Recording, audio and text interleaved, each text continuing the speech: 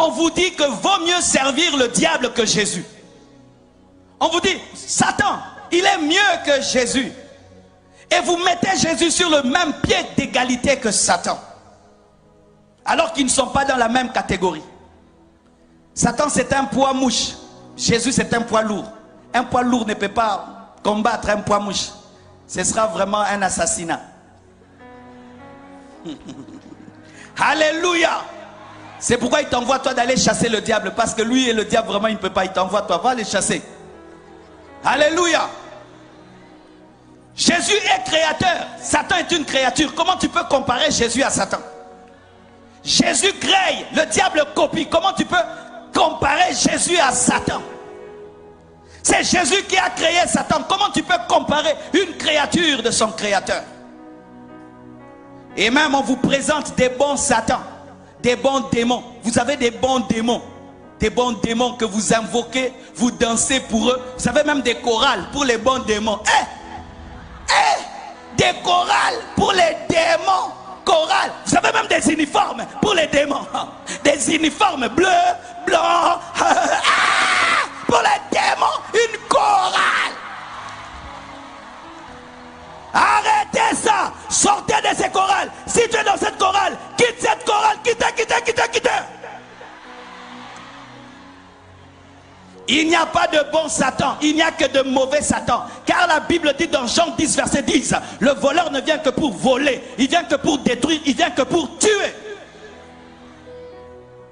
Mais vous présentez des bons Satans, des bons démons, des démons qui prophétisent, des démons qui guérissent, des démons qui révèlent le futur, des démons qui accomplissent des miracles. Mais sachez que tout ce que tu reçois du diable, tu le paieras très très cher. Il n'y a pas de bon Satan. Il n'y a pas de bon démon. Il n'y a pas le démon qui protège la famille. Si vous avez un démon dans votre famille qui vous protège, il vous détruit. Il n'y a pas un démon protecteur. Il n'y a que des démons destructeurs.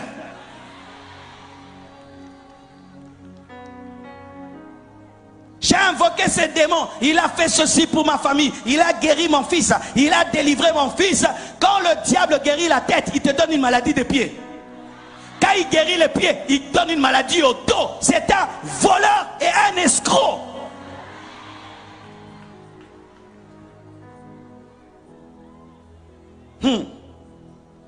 Exode 7, verset 10 à 12 nous dit: Moïse et Aaron allèrent vers le Pharaon, et ils firent ce que l'Éternel avait ordonné. Aaron jeta sa verge devant Pharaon et devant ses serviteurs, et elle devint un serpent. Mais Pharaon appela ses sages et des enchanteurs et des magiciens d'Égypte. Eux aussi, dites eux aussi. Ils ont fait l'imitation. En firent autant que leurs enchantements. Autant par leurs enchantements. Ils jetèrent tous leurs verges et elles devinrent des serpents. Mais la verge d'Aaron engloutit les verges mais n'a pas grossi. Lorsque la verge d'Aaron a englouti les bâtons des magiciens, elle est restée intacte. Pourquoi? Parce que Dieu ne transpire pas lorsqu'il est en train de démontrer sa puissance face à Satan. Le vaudou, c'est la verge des magiciens. Nous avons Jésus, la verge d'Aaron. Chaque fois que le vaudou se tiendra devant Jésus, Jésus va avaler le vaudou, mais il va rester le même hier, aujourd'hui et demain. C'est ça la parole. Le diable n'est pas plus puissant que Jésus, car le bâton d'Aaron a avalé le bâton des magiciens. C'est pourquoi l'église, vous devez travailler dans la puissance. Au Nigeria, les gens sont dans le fétiche. C'est pourquoi les pasteurs travaillent dans la puissance, afin de démontrer que le royaume de Dieu ne consiste pas en paroles, mais dans la démonstration de puissance et d'esprit. Chrétiens, vous devez opérer dans l'onction. Tu ne peux pas être un chrétien sans puissance et sans onction. Quelqu'un ne peut pas aller auprès du diable. Il voit la guérison. Il vient auprès de Dieu, il ne voit pas la guérison. Nous devons démontrer le Dieu surnaturel. Le Dieu qui parle, le Dieu qui agit, le Dieu qui transforme. Mais malheureusement aujourd'hui, les chrétiens ne veulent pas de la puissance. Si je prêche comme ça, c'est bon. Quand je commence à prier, les gens tombent, c'est la magie. On ne savait pas que lui aussi il est dans ces choses. Moi aussi je suis dedans. Moi aussi je suis dedans. Jésus ne prêchait pas seulement, il chassait les démons, il guérissait les malades. Je refuse d'être un prédicateur qui parle seulement. Après, je dois guérir les malades. Je dois chasser les démons comme Jésus. Donne-moi la main, je sens que je dois parler. Aujourd'hui, il est interdit aux pasteurs sérieux de travailler dans la puissance. Une fois je commence à prier, les gens sont guéris, délivrés. On me dit, pasteur, toi aussi tu entres dans ces aventures-là. Les aventures? Les aventures? Toi, tu as un enfant malade à la maison. Tu sais ce que ça fait d'avoir un enfant malade à la maison? Tu sais quoi? D'avoir un enfant qui est sourd? Tu sais que c'est que ça fait d'avoir un enfant aveugle? Tu sais ça fait quoi? D'être paralysé pendant 10 ans. Toutes les personnes qui disent ça sont sans amour. Être un vrai pasteur, ce n'est pas seulement parler. Un bon pasteur, après avoir parlé, doit s'occuper des problèmes des gens. Parce que Jésus ne parlait pas seulement, il s'occupait aussi des problèmes des hommes. Arrêtez de combattre les vrais hommes de Dieu qui travaillent dans la puissance. C'est important. Pourquoi? Parce que les païens, ils vont auprès du diable. Ils vivent des choses. Vous venez auprès de Dieu, il n'y a rien. C'est ce que vous voulez? Ça doit être la magie. Et ça, c'est la magie. Comment il fait seulement ça? Il y a 10 personnes qui tombent, il fait ça, 100 personnes tombent. Ah, ça c'est quoi là? Ça c'est quoi là? C'est la puissance de Dieu. C'est la puissance de Dieu. C'est la puissance de Dieu. Dieu n'est pas seulement celui qui convertit les cœurs. Il est aussi celui qui ouvre les yeux des aveugles, qui guérit les malades, qui chasse les démons. C'est la parole.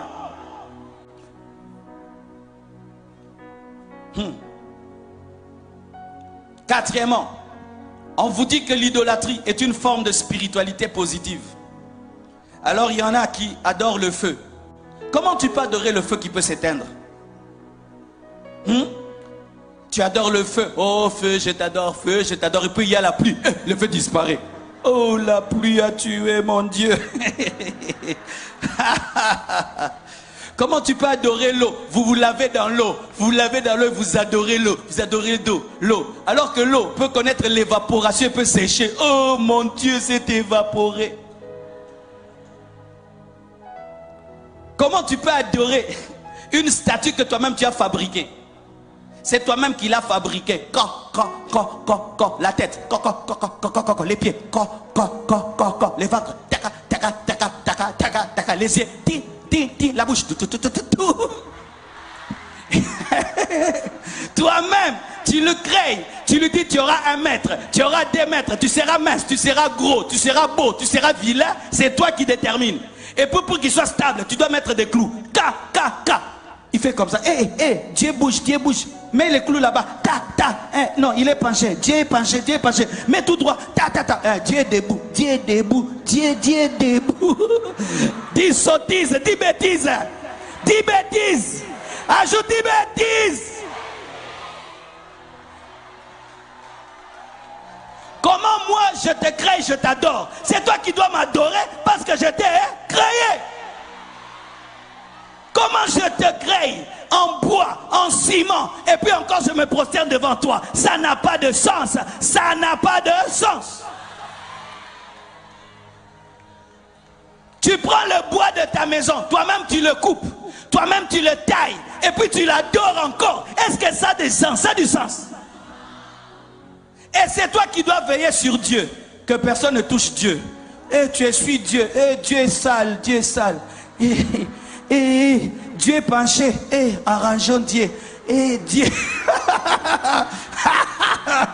Mon Dieu, on ne le suit pas. Mon Dieu, on ne le protège pas. Mon Dieu ne disparaît pas. Mon Dieu ne meurt pas. Mon Dieu est éternel. Viens vers Jésus, jette tes idoles, jette tes statues, jette tes fétiches, jette ça, jette.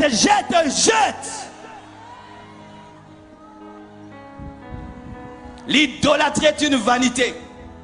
Et sachez que derrière chaque idole, il y a un démon. Derrière chaque idole, il y a un démon qui vient de se cacher pour que tu croies que l'idole fait quelque chose, alors que l'idole ne fait rien. C'est un esprit qui est derrière l'idole qui agit. C'est pourquoi ne faites même pas d'idole représentant Jésus, parce que vous ne connaissez pas son visage. Ne faites pas d'idole représentant Paul. Oh Saint Paul, Soit tu l'avais vu. Des idoles représentant Marie, avec une belle taille. Et si elle était grosse? Toutes les Maries sont jolies. Et si elle était grasse? C'est écrit dans la Bible que Marie était comme une miss. Toutes les Maries sont miss. Et si Marie était grosse? 1m40.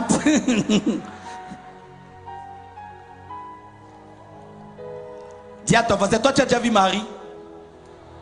Et vous mettez des photos de Jésus dans vos maisons. Vous avez déjà vu Jésus avec des photos de Jésus dans vos maisons? Celui-ci, Jésus, les yeux bleus. L'autre, Jésus, les yeux verts. Maintenant, Jésus avec quels yeux? Il faut l'adorer en esprit, en vérité. En esprit, en vérité. En esprit, en vérité. En esprit, en vérité. Le chrétien n'adore pas devant des statues, ni devant des photos. Il prie en esprit et en vérité. Et enlevez même les photos des saints de vos maisons. Ne priez pas devant les photos.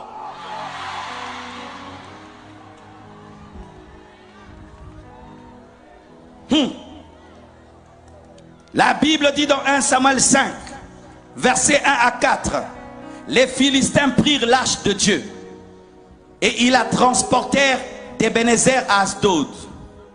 Après s'être emparés de l'arche de Dieu, les Philistins la firent entrer dans la maison de Dagon. Dagon, c'était une idole. Et la placèrent à côté de Dagon. Ils mettent ici l'arche de Dieu et puis à côté de Dagon. Dites, ils mettent ici l'arche de Dieu à côté de Dagon. Ils veulent dire qu'ils se ressemblent. Le lendemain, les Asdodiens qui s'étaient levés de bon matin trouvèrent Dagon étendu, la face contre terre, en train d'adorer l'Éternel. Oh, je t'adore, je t'adore, je t'adore, pardonne-moi, je t'adore. Alléluia. Ah, j'aime cette histoire. Face contre terre, devant l'arche de l'Éternel. Écoutez, les Asdoniens prirent Dagon. C'est pas Dagon qui s'est relevé. On a aidé Dieu. Dieu Dagon, papa relève-toi.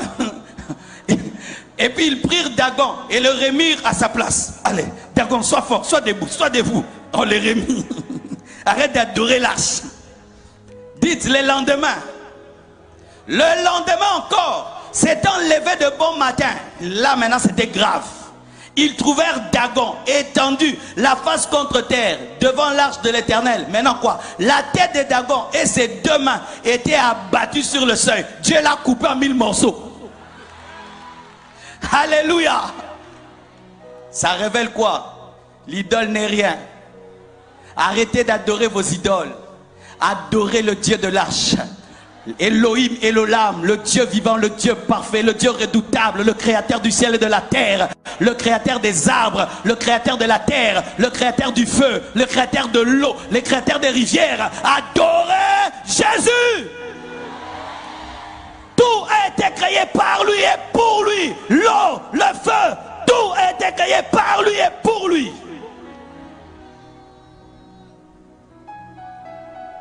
Alléluia. Arrêtez de vous laver dans des rivières à la prier. Vous vous lavez dans des rivières sales. Tu t'es sali, mon frère. Ce Dieu-là, il n'est pas propre. Ça, c'est quel Dieu qui te fait laver dans une rivière sale? Et vous êtes à 50 dans la même rivière, sans pudeur. Une maman doit se laver elle-même dans sa salle de bain avec propreté. Mais un Dieu qui te pousse à te laver à 100 personnes dans une rivière en train de vous laver, vous pensez que ce Dieu-là est Dieu? Dieu, c'est la perfection, c'est la propreté, la respectabilité, l'honneur. Une maman de 50 ans qui se lave à côté d'un enfant de 12 ans. Si seulement tu réfléchis, tu te rendras compte que ça, ce n'est pas de Dieu.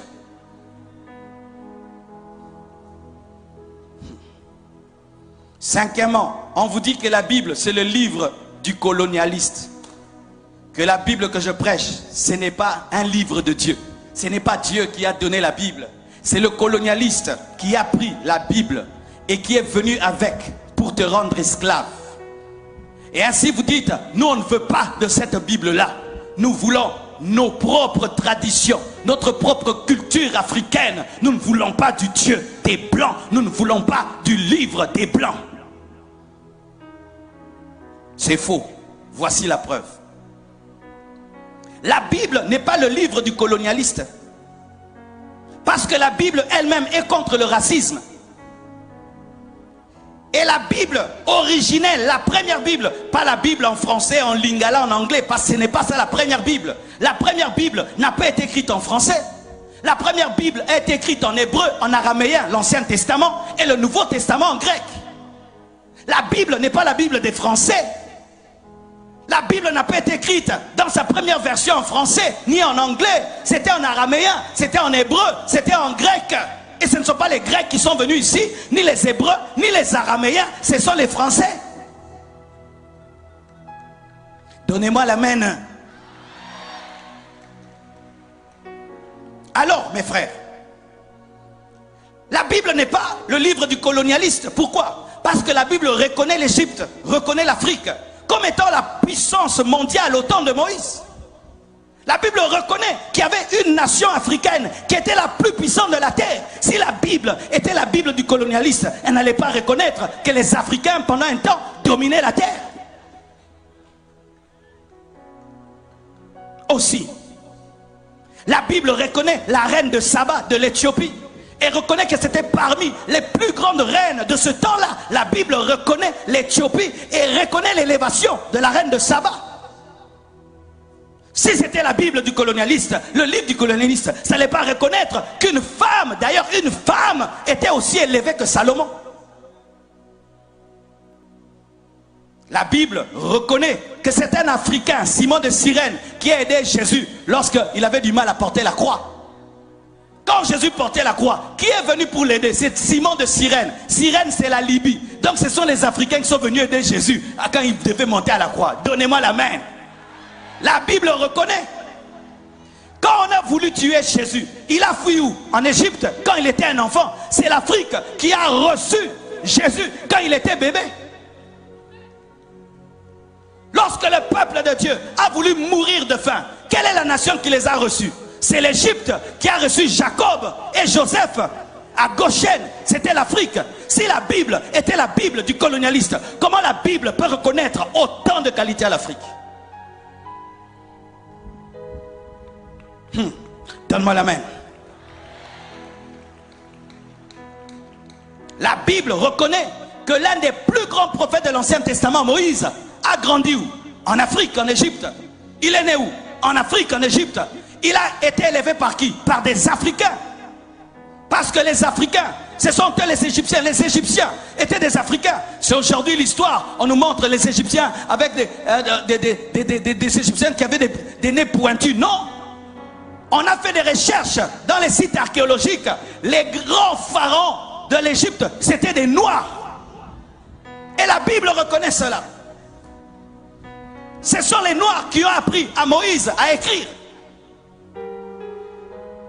La Bible le reconnaît. Mais pourquoi vous dites que la Bible est le livre du colonialiste? Lorsque maintenant nous-mêmes, nous sommes venus lire, nous sommes rendus compte que c'est vrai, dites c'est vrai.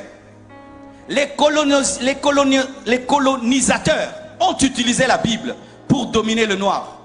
Mais ce n'est pas parce qu'ils ont utilisé la Bible que c'est leur Bible. Ce n'est pas parce que je prends un couteau, je te tue avec, que ça devient mon couteau. Je l'ai mal utilisé. Il était fait pour préparer, moi je l'ai utilisé pour tuer. Est-ce que je vais jeter un couteau parce que le couteau a tué quelqu'un alors qu'à la base on l'a utilisé pour préparer? Est-ce que je vais arrêter d'utiliser l'électricité parce qu'un frère ici a touché et il est mort? Il a mal approché l'électricité et il est mort. Mais ce n'est pas que l'électricité est mauvaise. Les colonisateurs qui ont mal utilisé la Bible, c'était des chrétiens qui avaient abandonné Dieu et des faux serviteurs de Dieu. De la même manière qu'aujourd'hui, il y a des gens aujourd'hui qui utilisent mal la Bible pour escroquer le peuple de Dieu. Mais ce n'est pas pour autant que la Bible est mauvaise. Ce sont eux qui utilisent mal. Les colonisateurs qui sont venus au milieu de vous, c'était des apostats. C'était des faux serviteurs de Dieu. C'était une église qui avait abandonné Dieu, qui utilisait maintenant la Bible pour avoir l'argent. Mais ce n'est pas pour autant que la Bible est mauvaise, parce qu'elle était mal utilisée. On l'a mal utilisée, mais la Bible est une bonne parole.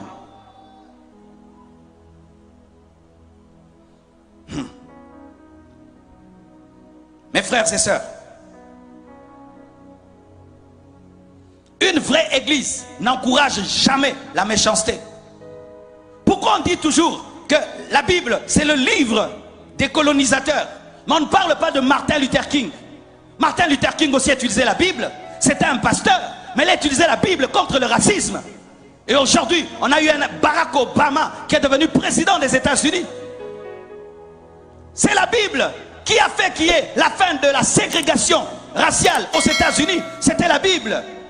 Comment la Bible peut être une Bible des colonisateurs alors que Jésus lui-même est né lorsque Israël était colonisé par les Romains? Jésus est né dans la colonisation. Il a trouvé la colonisation. Les Romains dominaient les Juifs. Comment il peut encourager cela? Quand tu as des forteresses dans ta tête, quand on prêche comme ça, ah, il est venu nous prêcher encore le Dieu des Blancs, les dieux des Blancs, les dieux de Blancs. La Bible là, elle est utilisée pour nous dominer. Frère, il y a des gens qui mélangent mal la nourriture et puis qui s'empoisonnent. Est-ce que tu arrêtes de manger pour autant? Qui arrête de manger parce que quelqu'un a mélangé une nourriture avec une autre qui l'a empoisonné? Tu dis non, il n'a pas bien mangé, mais la nourriture est bonne, mais lui n'a pas bien mangé. Ce n'est pas parce que quelqu'un a mal utilisé la Bible que la Bible est mauvaise.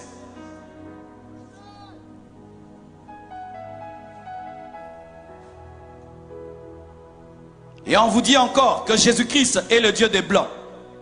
Jésus est le Dieu des Blancs. Comme il y a le Dieu des Blancs, nous devons avoir le Dieu des Noirs. Donc que toute race ait son Dieu, c'est ça. Jésus n'était pas européen, mes frères. Jésus n'était pas français. Jésus n'était pas américain. Quand vous rejetez Jésus à cause des Français, quand vous rejetez Jésus à cause des Américains, mais Jésus n'était pas français, Jésus n'était pas américain. Jésus n'a même jamais prêché en Amérique. Il n'a même jamais prêché en France. Lui-même était juif. Lui-même est né dans une nation occupée, colonisée par les Romains. Comment est-ce que Jésus-Christ va encourager le colonialisme? Et même s'il avait une peau claire, sachez que son sang était aussi rouge que le sang des Africains. Alléluia. Le sang de Jésus-Christ était rouge, rouge comme ton sang, comme le mien. Sinon aussi, que les Américains aient leur Dieu, les Japonais aient leur Dieu, les Chinois aient leur Dieu. Comme Jésus est juif, alors nous ne voulons pas du Dieu des Juifs, nous voulons le Dieu des Chinois, nous voulons le Dieu des Américains, le Dieu des Français. Mais la Bible nous dit dans Jean 3,16, car Dieu a tant aimé le monde qu'il a donné son Fils unique, afin que quiconque croit en lui, Jésus est venu pour toutes les nations, pour tout le monde, pour toutes les langues et pour toutes les races. Il devait naître quelque part, oui, il devait naître quelque part, mais sa mission n'était pas de rester là où il était né, il devait se répandre dans le monde entier. Mais ce n'est pas parce qu'il est né quelque part qu'il est le Dieu que de ces gens-là. Je suis du Congo et aujourd'hui j'appartiens au monde entier. Je suis ici en Haïti en train de vous bénir. Est-ce que ma prédication c'est la prédication des Congolais? Mais je suis né où? Au Congo. Mais là celui qui vous prêche, est-ce que c'est un Haïtien? N'est-ce pas que ça vous bénit? Et vous pensez que Jésus ne peut pas vous bénir plus que Marcelo? Parce qu'il n'est pas né en Haïti et il est né en Israël. Vous croyez cela? La naissance ne détermine pas à qui tu appartiens, mais c'est ton message et ta vision qui détermine à qui tu appartiens. Jésus n'est pas le Dieu des Blancs, il est le Dieu de tous les hommes sur la terre.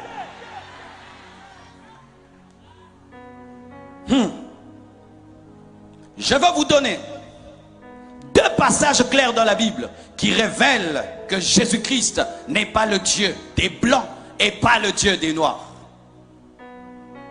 Galates 3, verset 28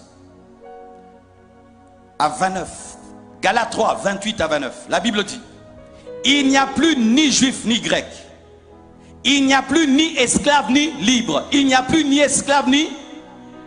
C'est ce que la Bible dit. Il n'y a plus d'esclaves ni libres. Il n'y a plus ni homme ni femme. Car tous vous êtes un en Jésus-Christ. Et si vous êtes à Christ, vous êtes donc la postérité d'Abraham, héritier de la promesse. Les Haïtiens sont la postérité d'Abraham. En Jésus, vous êtes la postérité d'Abraham. En Jésus, vous êtes la postérité d'Abraham. Colossiens 3, verset 11, dit encore, parce qu'on ne peut pas fonder la doctrine sur un verset, un autre verset qui le prouve. Colossiens 3, verset 11. Il n'y a ici ni grec ni juif, ni circoncis ni incirconcis, ni barbare ni chiite, ni esclave ni libre, mais Christ est tout en tous. Christ est tout en tous. Dans le tous, il y a qui? Le noir, le blanc, le rouge, le bleu, le vert, l'orange. Mes frères et sœurs, la Bible dit, vous connaîtrez la vérité et la vérité vous affranchira. Voici ce que Dieu m'a dit pour vous. Et je vous demande, mes frères, ça fait mal. Pendant longtemps, si tu as pensé d'une manière et on vient te dire que ce n'est pas ça, c'est difficile d'abandonner parce que nous sommes habitués de penser d'une certaine manière. Quand il y a un problème, ça doit être ceci. Quand il y a un problème, ça doit être cela. Et quelqu'un vient te dire non, ce n'est pas ça. Ce sont des phénomènes naturels, mais vous pouvez les vaincre aussi scientifiquement par l'intelligence. Ce n'est pas le cochon, mais c'est ceci. Tu dis oh non, mes frères, allez méditer sur ce que j'ai prêché aujourd'hui. Allez réfléchir dessus et que le Saint-Esprit vous parle. Car je vous dis, mes frères, les forteresses suffisent pour qu'une nation soit paralysée. Je donne un exemple. Dans mon pays, il y a une route qu'on appelle la route du Bandundu. On disait que sur cette route, il y avait des esprits parce qu'il y avait beaucoup d'accidents. Les camions se jetaient tout le temps dans l'eau, qu'on appelait, je crois, Maindo, mais quelque chose comme ça. Et on disait qu'il y avait des esprits dans l'eau qui aspiraient les camions. Dites aspirer les camions. Alors tout le monde qui allait au Bandundu avait peur. Les gens priaient. Quand ils arrivaient sur cette route-là, ils priaient. Oh Dieu, oh Dieu. Il y a des esprits de mort ici. Mais vous savez, quand on a agrandi la route, on a agrandi les ponts, il n'y a plus d'accidents. C'était les démons. C'était quoi? Une mauvaise route. Mais on dit qu'il y avait des esprits qui aspiraient les gens dans l'eau. C'est ça notre problème souvent, en tant qu'Africains. Au lieu de trouver, de chercher des solutions aux problèmes, nous les attribuons au temps et aux circonstances. Ainsi, nous ne faisons rien. Et nous disons, ce n'est pas nous, ce sont les temps et les circonstances. Alors que tu peux utiliser aussi l'intelligence par le Saint-Esprit pour régler le problème. Lorsque Jacob devait avoir son héritage auprès de Laban, Laban l'a escroqué. Il n'a pas dit je suis maudit. Il a trouvé l'intelligence auprès de Dieu de sorte qu'il pouvait mettre des arbres dans l'eau pour qu'il puisse avoir son héritage. Il a utilisé l'intelligence. Lorsque l'homme noir voit une pierre, il dit c'est impossible. Il voit la pierre, il dit comment je vais contourner la pierre? Mais l'homme blanc voit la pierre, il dit je vais creuser un tunnel et je vais sortir de l'autre côté.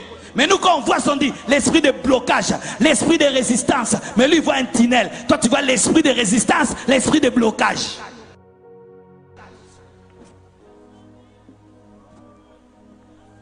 Réveillez-vous, mes frères et sœurs. J'aimerais vous dire la vérité. Lorsque je suis venu en Haïti et je suis venu au Gonaïve, je pensais que je vais trouver une terre détruite, anéantie. Vous avez un beau pays. Vous avez un beau pays. Et je ne veux pas rendre jaloux ceux de Port-au-Prince, mais moi j'aime Gonaïve plus que Port-au-Prince. Pardonnez-moi, ne soyez pas jaloux, hein? C'est ma liberté. Vous voyez ce vent-ci, waouh! Vous avez des belles routes. Mais vous avez un paradis. Vous savez ça? Est-ce que vous savez ça? Vous voulez tous aller aux États-Unis alors que vous avez un paradis? Vous avez un paradis. Vous avez un paradis. Vous voulez tous aller aux États-Unis. Si vous tous allez aux États-Unis, qui restera dans ce pays? Qui va bâtir ce pays? Qui restera ici? Et je ne suis pas en train de vous flatter parce qu'on est habitué, les évangélistes flattent toujours. Je vous assure, si vous mettez tout votre cœur ici, vous mettez votre intelligence, vous allez aux États-Unis, vous étudiez, vous prenez ce que vous avez vu là-bas, vous amenez ici, vous amenez ici, ce que vous voyez là-bas, vous amenez ici, ce que vous voyez là-bas, vous amenez ici. Faites comme les Chinois, faites comme les Chinois. Dans tous les avions que tu prends, tu vois les Chinois, ils partent mais ils reviennent, ils partent mais ils reviennent. Quand ils voient, vous faites du Nike, ils font du Nike. Vous faites de Adidas, ils font Adidas. Vous faites Texas, ils font Texas. Les Chinois aussi, ils exagèrent. Mais voyez comment ils se développent. Mais vous êtes parmi les Africains qui sont les plus nombreux aux États-Unis. Partout tu vas aux États-Unis, tu trouves des Haïtiens. Tu vas au Canada, tu trouves des Haïtiens. Des pays développés. Pourquoi vous allez là-bas? Et là, j'aimerais parler à la diaspora haïtienne dans le monde. Qu'est-ce que vous faites aux États-Unis? Si vous ne construisez pas des écoles ici, qu'est-ce que vous faites aux États-Unis? Si vous ne ramenez pas l'intelligence et la technologie ici, qu'est-ce que vous faites là-bas? Qu'est-ce que vous faites là-bas? Pour envoyer des photos, vous êtes habillé en Nike, habillé en Adidas, vous êtes en train de faire brancher comme paf dadu, paf dadu, paf dadu, paf paf. Revenez bâtir votre nation, investissez dans votre nation, construisez des écoles et des hôpitaux. Les Juifs étaient répandus dans le monde entier. Mais ils sont rentrés dans leur pays, qui était un désert, Et ils ont bâti la grande nation. Tout le monde va en tourisme en Israël. Vous êtes dans une nation proche des États-Unis. Vous devez copier et prendre. De sorte que quand on vient ici, on pense qu'on est aux États-Unis. Pas on pense qu'on est en Afrique. Dieu m'a dit aujourd'hui de parler en termes d'équilibre parce que mon message a 4 piliers. L'amour, la sainteté, la puissance et l'équilibre. Aujourd'hui, c'est un message d'équilibre que je vous ai apporté. Et je ne vais pas chasser les démons aujourd'hui. Je vais chasser des mains. Que Dieu vous bénisse abondamment.